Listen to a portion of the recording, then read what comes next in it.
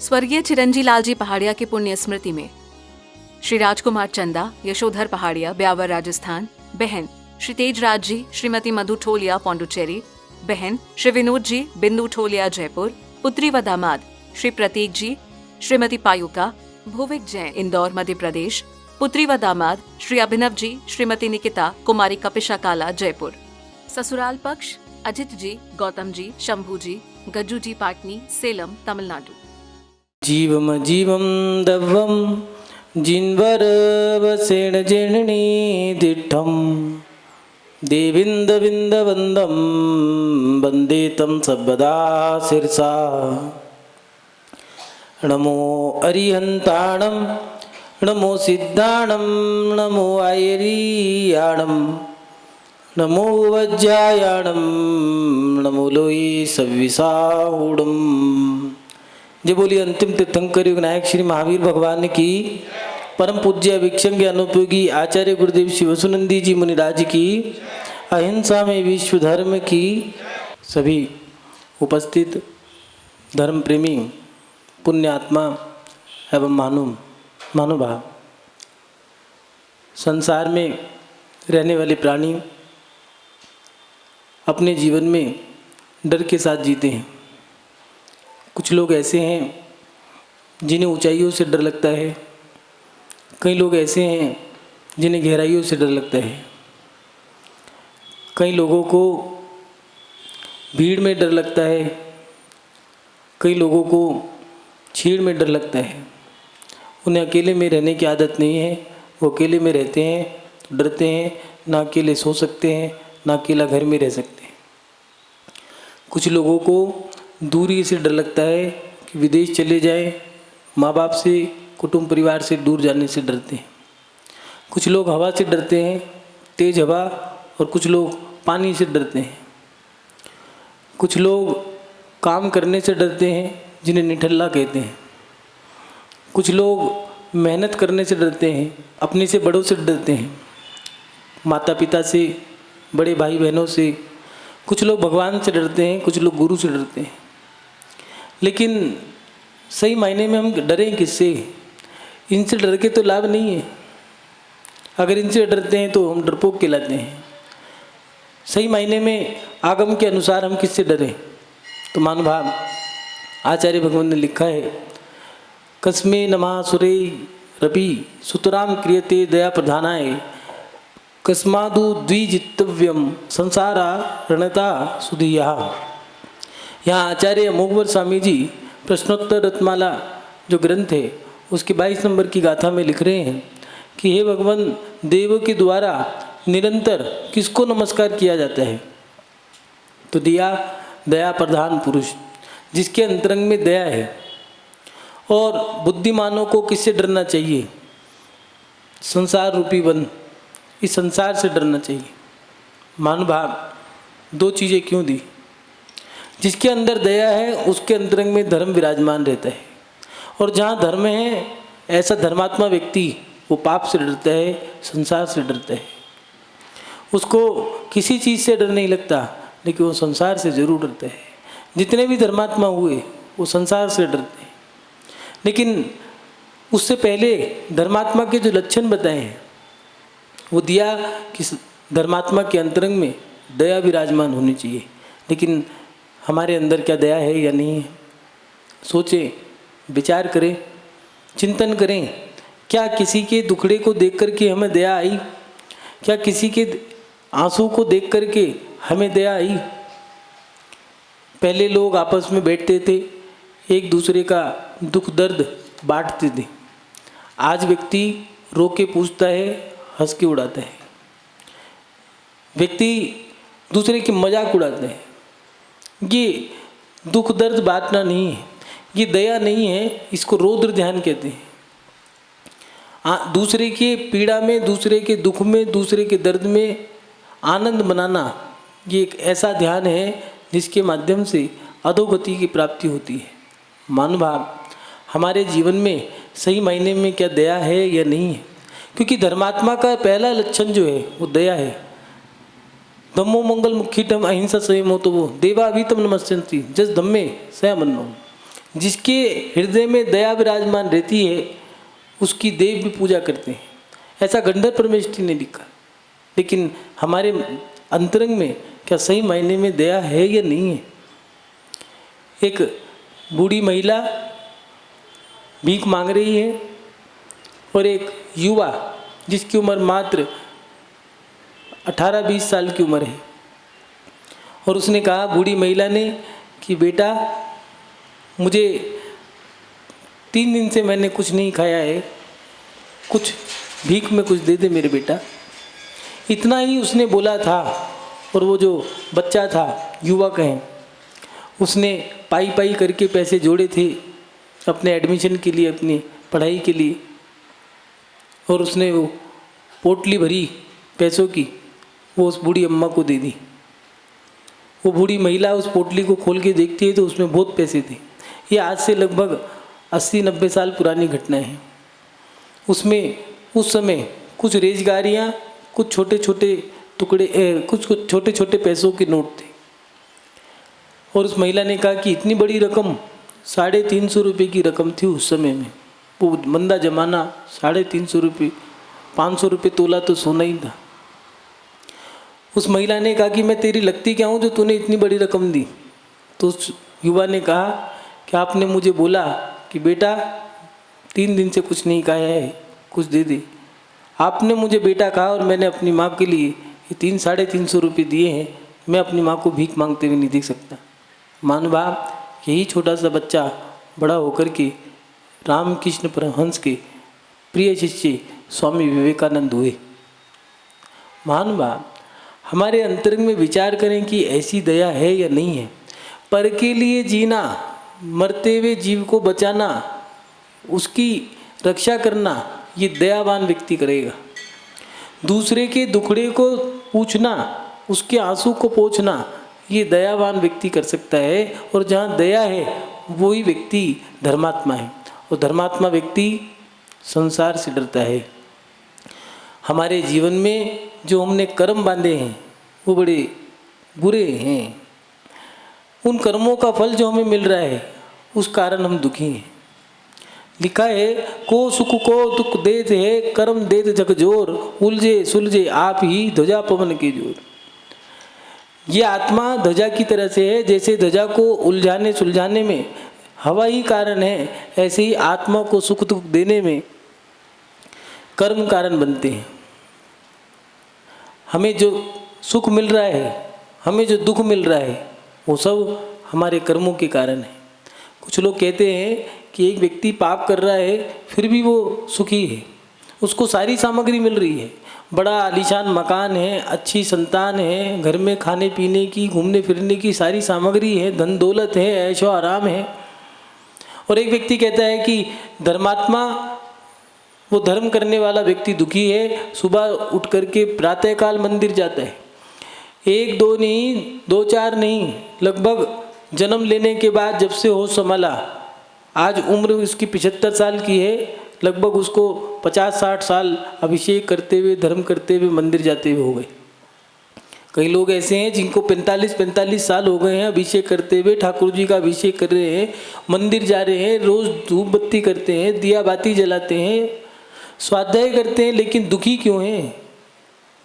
घर में सुख नहीं है, लड़ाई झगड़ा है, कलेश है, आमदनी नहीं है, व्यापार बंद है। धर्मात्मा कहता है कि हम धर्म करके पछताए। भाई, धर्म करके नहीं पछता रहे हो, तुमने जैसे कर्म किए थे उसका फल अब तुम्हें भोगना पड़ रहा है।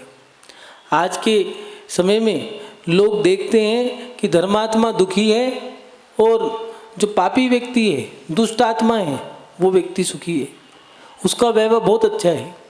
झूठ बोलने वाले, हिंसा करने वाले, मायाचारी, लड़ाई झगड़ा करने वाले, दंगे कराने वाले, ऐसे व्यक्ति तो सुखी हैं। और जो व्यक्ति धर्म कर रहे हैं, भगवान की पूजा पाठ कर रहे हैं, साधुओं की सेवा कर रहे हैं, सत्संग में बैठते हैं, स्वाध्याय करते हैं, नित्य प्रतिदिन धर्म करते हैं, भोजन भी शाक भोजन करते हैं, साफ शुद्ध भोजन करते हैं, संतुलित आहार करते हैं, एक टाइम भोजन करने वाले लोग भी हैं। कुछ लोग ऐसे हैं जो रात्रि में नहीं खाते, बाजार का नहीं खाते, घर का खाते हैं, शुद्ध खाते हैं, फिर भी वे दुखी हैं। बच्चे की शादी नहीं हो रही, घर में लड़ाई झगड़ा है, बीमारी है, व्यापार नहीं चल रहा, मेहनत करने के बाद भी सफलता प्राप्त नहीं हो रही। कुछ लोग ऐसे हैं जो पापड़ बेलने के बाद कामयाबी प्राप्त करनी चाहिए, लेकिन वहाँ पर भी इतनी मेहनत संघर्ष करने के बाद भी कुछ नहीं मिल रहा। पत्नी, पति, बच्चे सब कमा रहे हैं, फिर भी घर में पैसा आता है, बीमारी में निकल जाता है।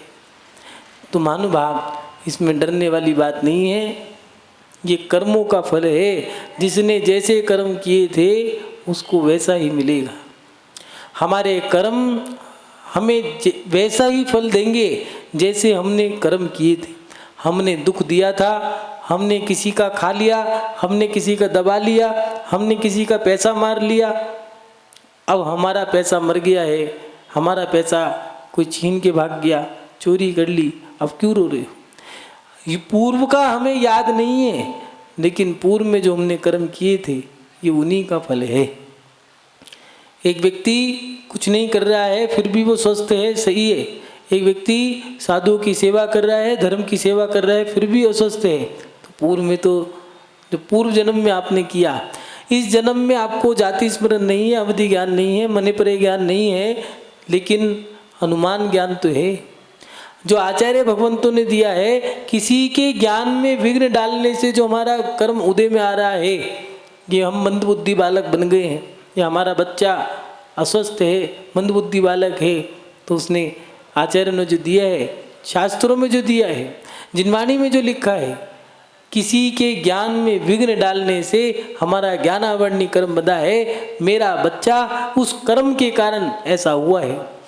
जो अधर्मात्मा है वो सामने वाले व्यक्ति को दोषी ठहराते हैं, और जो सच्चे धर्मात्मा हैं वो व्यक्ति कर्मों को दोषी ठहराते हैं। वो कर्मों को रोते हैं कि हमने कैसे कर्म किए थे, हमें कैसा फल मिल रहा है। हमने जैसा कर्म करा है हमें फल वैसा ही मिलेगा। ये निर्धारित है, सटीक है। न्यायाधीश न्याय करने में चूक सकते हैं, गड़बड़ कर सकते हैं, लेकिन कर्म सटीक न्याय करते हैं। तुम्हें जब मरना होगा तब मरोगे, जैसा मिलना होगा वैसा मिलेगा। एक महात्मा जी के पास एक हंस का बच्चा था, और वो उस हंस के बच्चे को बड़े प्यार से पालते थे, बहुत ध्यान रखते थे, क्योंकि उन महात्मा जी के पास कुछ नहीं था। मात्र जंगल में एक कुटिया बना के रहते थे, और एक हंस का बच्चा जो है उसको ही वो खिला लिया करते थे, उससे ही बतिया लिया करते थे। लेकिन एक दिन एक ऐसी घटना घटी कि एक व्यक्ति उनके पास से मुस्कुराता हुआ जा रहा था। उन्होंने उससे पूछ लिया, कौन हो? उसने कहा, यमराज। बस फिर तो क्या था, महात्मा जी डर गए और यमराज से कोई बात तो कर नहीं पाए। यमराज का नाम से लेते के साथ ही अच्छे डर जाते हैं। महात्मा जी के मन में आया, लगता है हम दोनों में से कोई मरने वाला है। मैं मरूं तो कोई बात नहीं, लेकिन ये हंस का बच्चा जो है मेरे पास, अगर ये मर गया तो मैं फिर किसके सहारे जीऊँगा।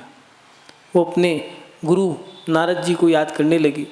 बहुत पूरी भक्ति और शक्ति के साथ नारद जी का स्मरण किया, और उसकी भक्ति को देख के नारद जी प्रसन्न हुए, और उन्हें एक ही बात पूछी कि जो यमराज जी गए हैं वो मुस्कुरा रहे थे, बताइए हम दोनों में से किसके मरने का समय आ गया। तो नारद जी कहने लगे कि जो हंस का बच्चा है तुम्हारे पास 3 दिन बाद ये मर जाएगा। और इतना कह के नारद जी चले गए। महात्मा जी ने ठान ली कि मैं इसकी जान बचा के रहूँगा, और वो एक गुफा का ध्यान लगाने लगी कि कहाँ पर इसको रख के आऊँ, कहाँ पर इसको सुरक्षित रखूँ, कैसी जगह पहुँचाऊँ। तो बहुत सोच विचार करने के बाद उन्हें याद आया कि 7 समुंदर पार एक गुफा है, उस गुफा में मैं इसको रख आता हूँ। और वो अपनी शक्ति के माध्यम से उस गुफा में उसे रखा है, और 3 दिन बाद में उसे ले आऊँगा, वहाँ पर उसकी सारी व्यवस्था बनाकर लौट आए। तीसरा दिन आने को तैयार है, वो फटी, सूरज उदय हुआ, तभी यमराज का आना हुआ। यमराज फिर मुस्कुराया। महात्मा जी ने अब की बार यमराज से ही पूछ लिया, मुस्कुरा क्यों रहे हो? पहले आए थे तब भी मुस्कुरा रहे थे, अब आए हो फिर मुस्कुरा रहे हो।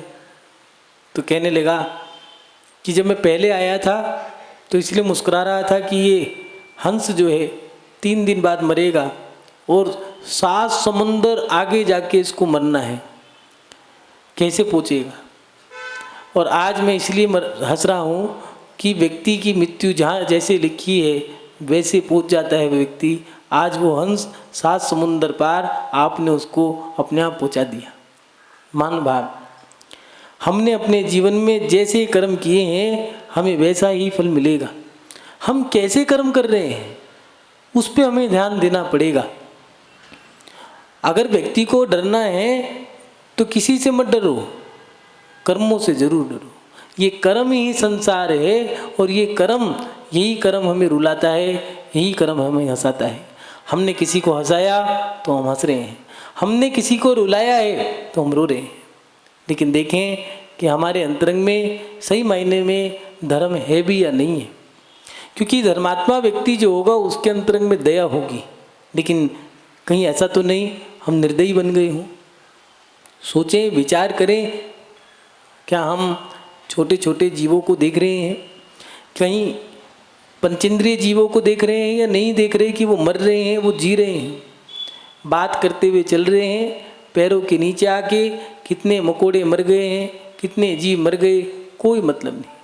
हम यात्रा कर रहे हैं, घूम रहे हैं, बरसात हो, गर्मी हो, सर्दी हो, कैसे भी हो, हमें यात्रा करनी है। लेकिन गाड़ी के नीचे आके कितने जीव मर गए, विचार करें, इसका कर्म किसे बंधेगा। हमारे अंतरंग की दया वो जो खत्म हो गई है, उस दया खत्म होने के कारण हम निर्दयी जो हो गए हैं, उसके कारण हम दुखी हैं। पहले हमारे अंतरंग में दया थी, हम बुजुर्गों को दया पात्र मानते थे कि दया के पात्र हैं, कुछ कह दिया चलो कोई बात नहीं, हमारे जीवन में भी बुढ़ापा आएगा। लेकिन आज हमारे अंतरंग में दया नहीं रही। अगर दया होती तो बेटा पिता को छोड़ के नहीं जाता, दया होती तो बेटी पिता को उल्टा जवाब नहीं देती, दया होती तो भाई भाई से अलग नहीं होता। ये निर्दयी व्यक्ति के कार्य हैं हमारे जीवन में। देखें कि दया है या निर्दयता।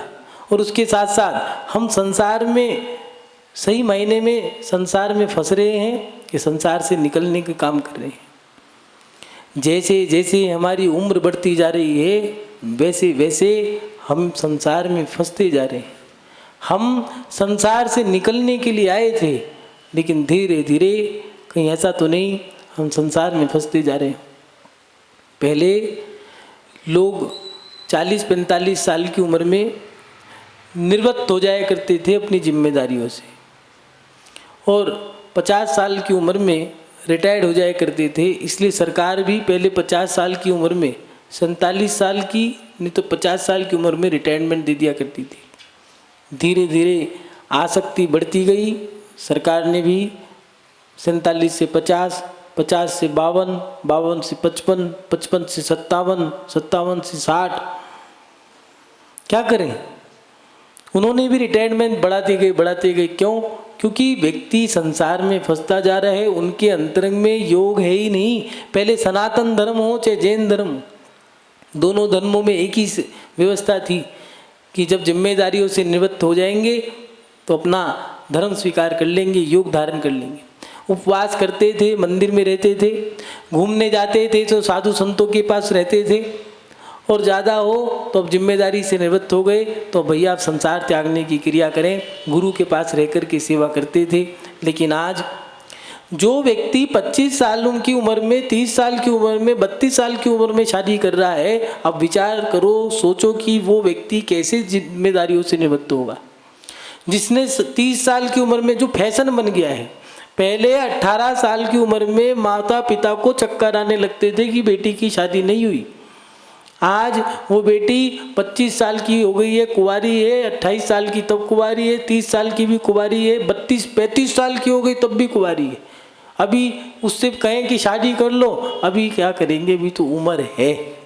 याद रखना, चेहरे की त्वचा जिसको कहते हैं, चेहरे की रौनक भी उम्र के हिसाब से बदल जाती है। जो चेहरा 20 साल में दिखता है वो 30 साल में अच्छा नहीं लगता, और 35 साल में और बुजुर्ग अवस्था आ जाती है। मेकअप से, लिपा पोती से आप कितना भी अच्छा बना लो, लेकिन कुछ लोग कहते हैं कि शादी ब्याह के समय में बारिश ना आए, अगर बारिश आ गई तो सब डर के भाग जाएंगे।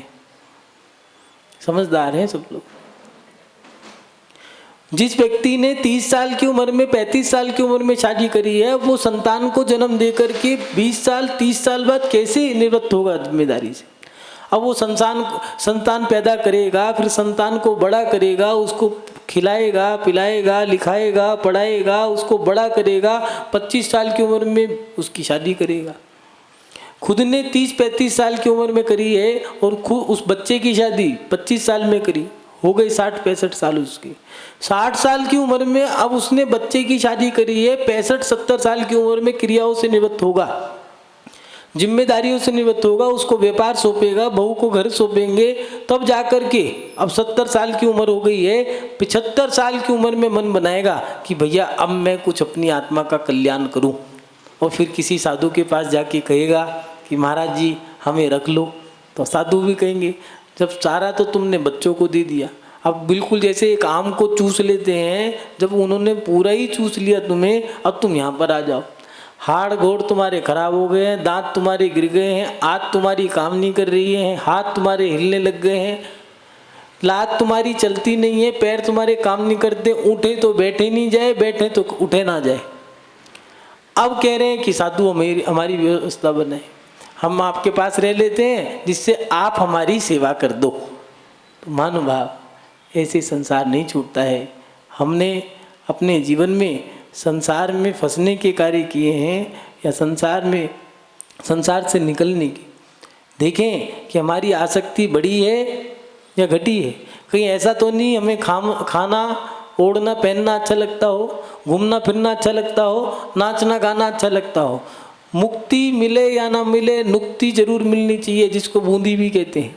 कहीं ऐसा तो नहीं हमें सारी चीज़ें संसार की अच्छी लगती हो, हमें घूमना फिरना अच्छा लगता हो, बड़े से अच्छे मॉल में जाना, रिसोर्ट में जाना, गर्मी के समय में वाटर पार्क जाना, छुट्टियों के समय में झूले झूलने के लिए जाना, धर्म के क्षेत्रों में कहीं हमारा मन लग भी रहा है या नहीं लग रहा। विचार करें, सोचें कि संसार के प्रति आसक्ति बढ़ी है या घटी है। अगर हमें डरना है तो इस संसार से डरना होगा, क्योंकि संसार में सुख नहीं है। माता पिता भाई बहन कुटुंब परिवार नाते रिश्ते अड़ोस पड़ोस किसी के लिए कितना भी कर लेना, लेकिन अंत में सुनने को यही मिलेगा कि तुमने हमारे लिए किया क्या। चाहे सामाजिक व्यक्ति हो, चाहे समाज के लिए हो, चाहे धर्म के लिए हो, चाहे कर्म के लिए हो, किसी के लिए कितना भी कर लेना, सुनने को यही मिलेगा तुमने किया क्या। इसीलिए अपने जीवन में अपने लिए जियो, अपनी आत्मा के लिए जियो, अपने कर्मों को सुरक्षित रखो। जब तक अच्छे कर्म नहीं बांधोगे तब तक हम अपनी जीवन का, अपनी आत्मा का कल्याण नहीं कर सकते।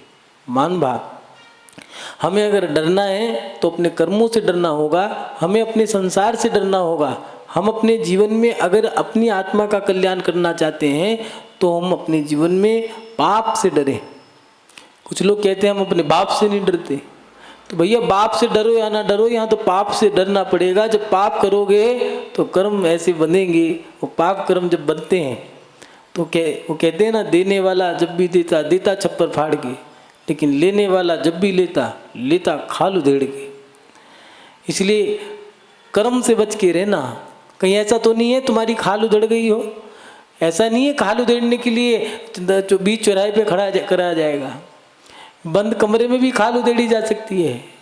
कहीं बाईपास सर्जरी, कहीं ऑपरेशन, एक व्यक्ति मिला कहने के 5-7 ऑपरेशन हो चुके हैं मेरे। 2 घुटनों के, 2 आँखों के, 2 पैर के, 1 रीढ़ की हड्डी का, 2 बाईपास के, ऐसे ये सारे ऑपरेशन हो चुके हैं उसके। अब वो कह रहा है कि भैया मेरा कोई देखता नहीं, क्या करें, मुझे संभाल लो। संभाल लें क्या, पहले तो सारे में तो तुम फटे पड़े हो, क्या संभाल लें तुम्हें। कर्म कैसे किए थे, अब वो रो रहा है कि ये भगवान मेरे साथ ऐसा हो गया। तुमने भी तो कर्म कैसे किए थे, तुमने लोगों के साथ जैसा किया वैसा कर्म तुम्हारा बन गया। कुछ लोग ऐसे हैं अच्छे कार्य करने के बाद भी प्रशंसा नहीं मिलती, उनको मिलता वही है सुनने को, 2 गाली, कितना भी अच्छा कर ले प्रशंसा नहीं मिलेगी। कभी किसी की प्रशंसा करी? कुछ लोग ऐसे होते हैं, कितना भी अच्छा कर लो, कितना बढ़िया से बढ़िया खिला लो, बढ़िया से बढ़िया उनको दे दो, लेकिन फिर भी कहेंगे कमी तो है।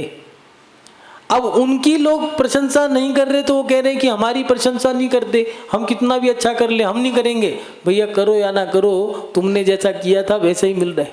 तुम्हारी पत्नी ने बढ़िया से बढ़िया खाना बना के दिया, तुम्हारे बच्चों ने अच्छे से अच्छा करके दिया, फिर भी तुम्हारे अंतरंग में इतना भी तुम्हारा दिल ये नहीं कर पाया कि उसको यही कह देते बेटा वाह बहुत बढ़िया, इतना सा कह देते, वो खुश हो जाते, उनका उत्साह बढ़ जाता। लेकिन अभी ये कम है, इससे भी अच्छा करके दिखाओ, बस वहाँ हताश हो गए, निराश हो। हमने मंदिर में गए, अब मंदिर में जाकर के भगवान के सामने खड़े हो गए, और खड़े होने के बाद बस ऐसे पत्थर के बन के खड़े हो गए हैं। अब लोग सोच रहे हैं कि ये हटे तो हम देखें भगवान को, उसके हाथ जोड़ रहे हैं, भैया हट जाए यहाँ से, नहीं मैं तो यहीं खड़ा हूँगा, मैं यहाँ से नहीं हटूँगा, खड़ा रहे भैया।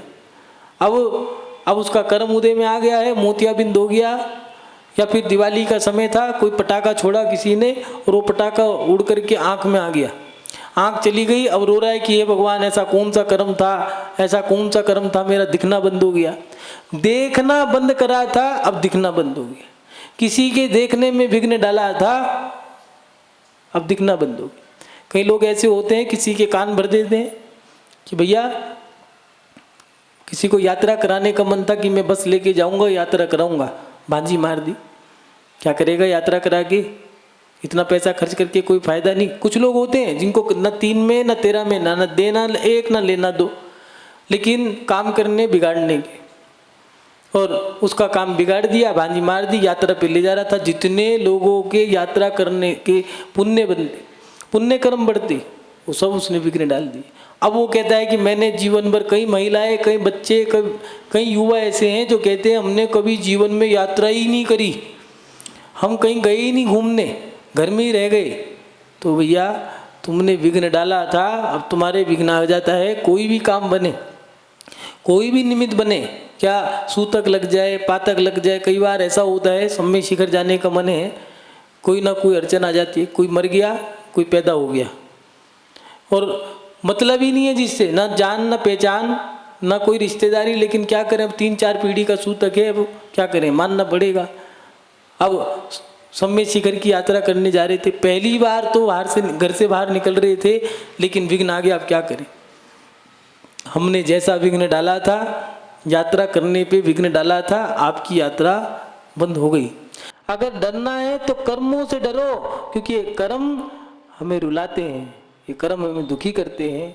बैठे बैठे मन ही नहीं कर रहा हंसने का, हंसने की बात पे भी नहीं हंस पा रहे, कर्म उदय में है, पेट में भूख है, लेकिन खाने का मन ही नहीं कर रहे। मान भाव इन्हीं शब्दों के साथ अपनी शुभ श्रृंखला को विराम देते हैं।